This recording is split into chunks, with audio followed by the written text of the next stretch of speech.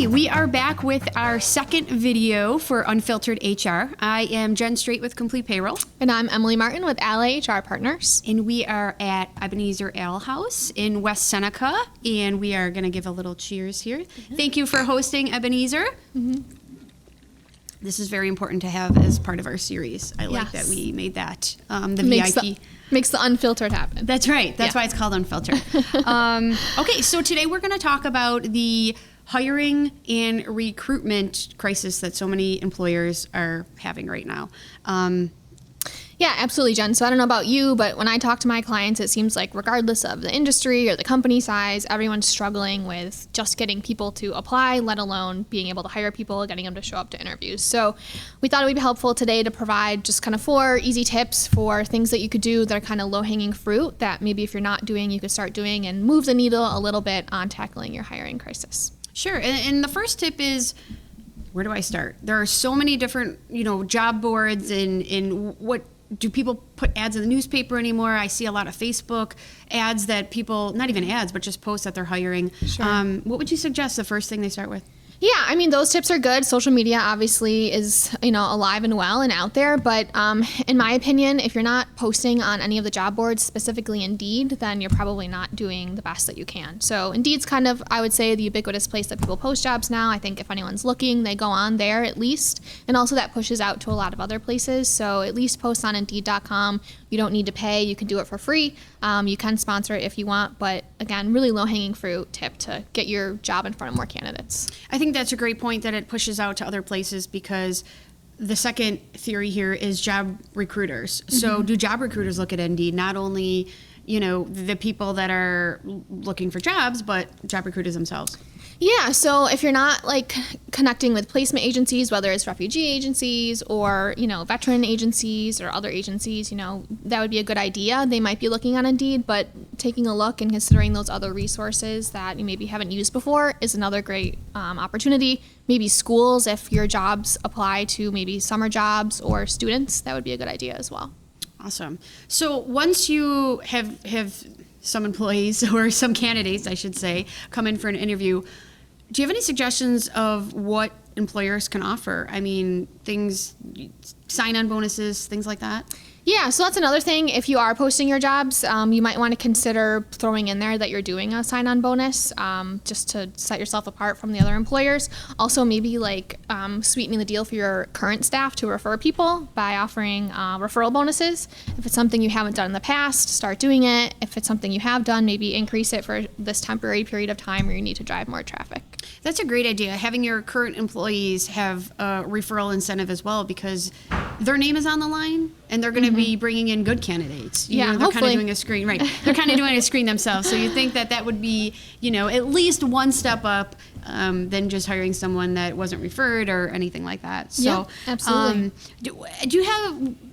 there are hiring events and things like that. Would you suggest that at this time? Yeah, I mean, you might want to consider doing an in-person hiring event to try to attract more candidates to apply. So if you're a restaurant or like the Ebenezer Ale House here, maybe you offer an event where people come and hand in a resume, they get, a free beer or something like that. Being creative is important because this traditional methods just aren't working right now.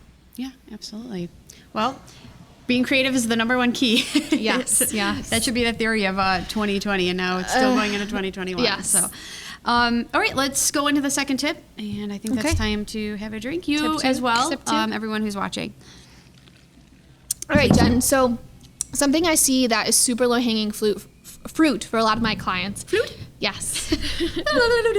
The Pied Piper to attract people to apply, right? Is really flaunting what you've got. So if you may be underestimating yourself as an employer. So if you have a first shift job that's Monday through Friday, if you offer certain flexibility or benefits or perks like all you can eat tacos or something like that, put that in your job ad and make it super prominent because right now everyone's kind of hiring around the same pay rate, especially for those hourly jobs, and that's the way you can set yourself apart and attract people to apply for your job versus someone else's. That's a great idea. Now, as far as pay rates, would you suggest that they post pay rates? Because I know that some candidates will look just for the pay rate themselves, but that brings you into your competition and things like that. So what would you suggest on the pay rates? Yeah, that's a tricky question. I mean, people are apprehensive to do that because they don't want to be committed to a certain pay rate. What I would say is maybe a range, so the low end of your range and the high end of your range. That usually will put you in a good spot. But again, if pay rate is competitive for you, you definitely want to put it on there as a part of differentiation. Absolutely. And so you could, when you say a range, anywhere from $0 to $500,000. It's definitely in that spot. Accepting volunteers. Yeah, exactly. Exactly. All right, let's hop into tip number 3. We're cruising through this. All right. Our drinks are going to go a little quicker than the last one. Mm-hmm. All right, so this is super important too. No hire is better than a bad hire. So as desperate as you are right now to get people to fill your positions, making a mistake hiring now is going to cost you later. It could quite literally cost you later in employment lawsuits and things like that. But certainly if you create a headache now by hiring a bad employee now, it's going to just cost you a lot of time and money later, and you're probably going to have to replace that person later anyway. So take your time, still ask all the right questions, be curious, look for red flags, and be, discriminating when it comes to, bad hires and bad habits. Sure, and I think it's so hard. People are becoming so desperate to have somebody cooking the food because they're having this recruitment crisis that they're hiring people that maybe don't even show up to the first interview, or that are giving these red flags, but they're desperate. So at the end of the day, it is going to cost you more money just with training and, like you said, different types of suits and things like that they're just not following proper protocols, and it could cost you more money than that. Yeah, so. And if someone ghosts you in the first interview, don't schedule a second interview. Ghosting has moved from the dating world into the recruiting world. That's right. And if they didn't show up once and bother to call you, don't swipe right on that one. Right, not a second time. Is that the saying? I think so. Don't swipe right. Swipe left on the ghost ones. Yes. Okay, so about interviewing, do you have any recommendations if they should be interviewing on the phone, in person? I know these days are a little different. What would your suggestion be?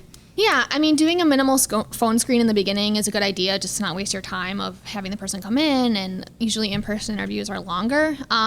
So certainly a phone screen makes sense, and then definitely in-person interviews. And also when you're doing an in-person interview, make sure that you have good questions prepared, and think about who are your worst employees, or what were your worst employees and why were they your worst employees, and also who are your best employees, and maybe think about some questions that you can ask that kind of, reveals that about your job candidates and whether they're going to have the same problems or, success. Sure. So asking those questions, would you suggest Googling something like that? Is that something that you help clients with? Google has endless information out there, so I'm sure Google. you could find good questions on Google. It is part of my services in helping clients develop those interview processes and recruiting processes and tools. But at the end of the day, my biggest suggestion for recruiting and questions is asking open-ended questions. So tell me about a time when, and making the person give you an example of a time when they had to do something or were asked to do something and what they did. Because past behavior is the best indicator of future behavior. I like that. And I think in every industry and every job position itself, you would have unique questions as well. I mean, some are standard, something like that, tell me when. But there are some specific industry questions that aren't just black or white, but you could kind of, get behind the scenes of what they're thinking and what kind of employee they would be. Well, we already talked about the ghosting. So ghosting, we swipe left on that. Do you suggest giving leeway if someone has to reschedule an interview, cancel an interview, things like that? Or is that just your kind of no-no? I would say it's not a black and white decision. If they ghost you and don't tell you ahead of time, that's, a really bad sign, and probably they're not going to be a very reliable employee. But if they contact you ahead of time, are apologetic, and have a decent reason, you might as well just give them a second chance. And right now, you kind of need to in, the current situation. Absolutely. Yeah. Are we going to tip number 4? Number 4. I think that's good. Do you guys have any questions? Okay. No, I think they're good right now. They're going to fill out the form below if they have any questions. Number 4. Jeez. Thank you. All right, so number 4 is really the best recruiting strategy is an even better retention strategy. So if you save yourself from having the need to hire to begin with, then you save yourself from having to follow the rest of the tips and even have this problem in the future. So There's a lot of different ways you can look at this, and there's a lot you can do to improve retention. But think about yourself as an employer. Maybe start talking to your employees and find out what are the best things about working for you and what are the worst things, and then start making some changes based on what those answers are. People are going to have the pick of the litter when it comes to other jobs, so if they're not happy with you, they're going to go somewhere else. And, we kind of talked about this in our first video, the need for flexibility these days. I mean, there are some jobs that you can't be that flexible. You can't work from home when you work at a restaurant, like Ebenezer Ale House here. They can't work from home.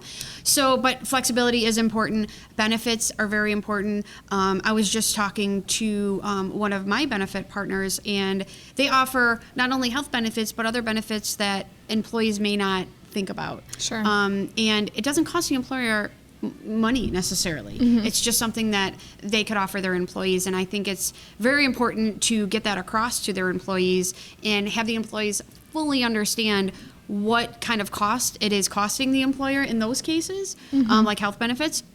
If they're paying 80% of the health benefits, the employees need to make sure they understand that when looking at a competitor, their rates, their salary, and kind of figure that out. And you know, we talked about that generation where they just get off their parents' health insurance. They don't have that really great concept of knowing how much health insurance costs and what that means when the employers are doing it. And I think it's, the employer's duty to make sure that they understand that. Yeah, educate your staff on what your benefits are and what's available to them, so they kind of get an awareness if they're going out there and shopping other jobs of what you have compared to them. And like we said, also put it in the job ads if those things exist, whether hard benefits with health insurance or not. What are the things that set you apart, for sure. And breaking it out. This equals to X amount of dollars, which adds to that salary, which, it just is how you look at it. And I think it's very important to just make sure that's clear for all your employees, because there is such a recruiting crisis. I mean, you drive by, there are help wanted ads everywhere. And, we're just trying to help and help that process and help the onboarding process. We at Complete Payroll can help you with the onboarding process and make things easier electronically. With so many remote workers, it's important to have everything, when they're doing the onboarding process from home, everything can be electronic and in a safe spot. And the HR person isn't keeping it, in a folder in their house with their 3-year-old coloring. And there's a lot of tech out there that helps with recruiting and onboarding. So if you have it now, look into that. And if not, I know that you guys have a lot of great solutions for that at Complete Payroll also. Yeah, absolutely. We're trying to help make your lives easier and help keep you in compliance, and that's what we do together. Yeah. Emily and I here. Cheers. Happy hiring. Good luck. And we'll see you next time. Good luck. All right. See you on video 3. And thanks to Ebenezer. Thanks for watching. If you have any questions or comments about recruiting, hiring, please reach out to us. If you have any suggestions on our next topic, we'd be more than happy to hear from you. Or if you'd like to be like our friends from Ebenezer Ale House and would like to host us, please let us know. You can reach us at, I know Joe's going to put it here somewhere, unfilteredhr@completepayroll.com. Until next time, cheers.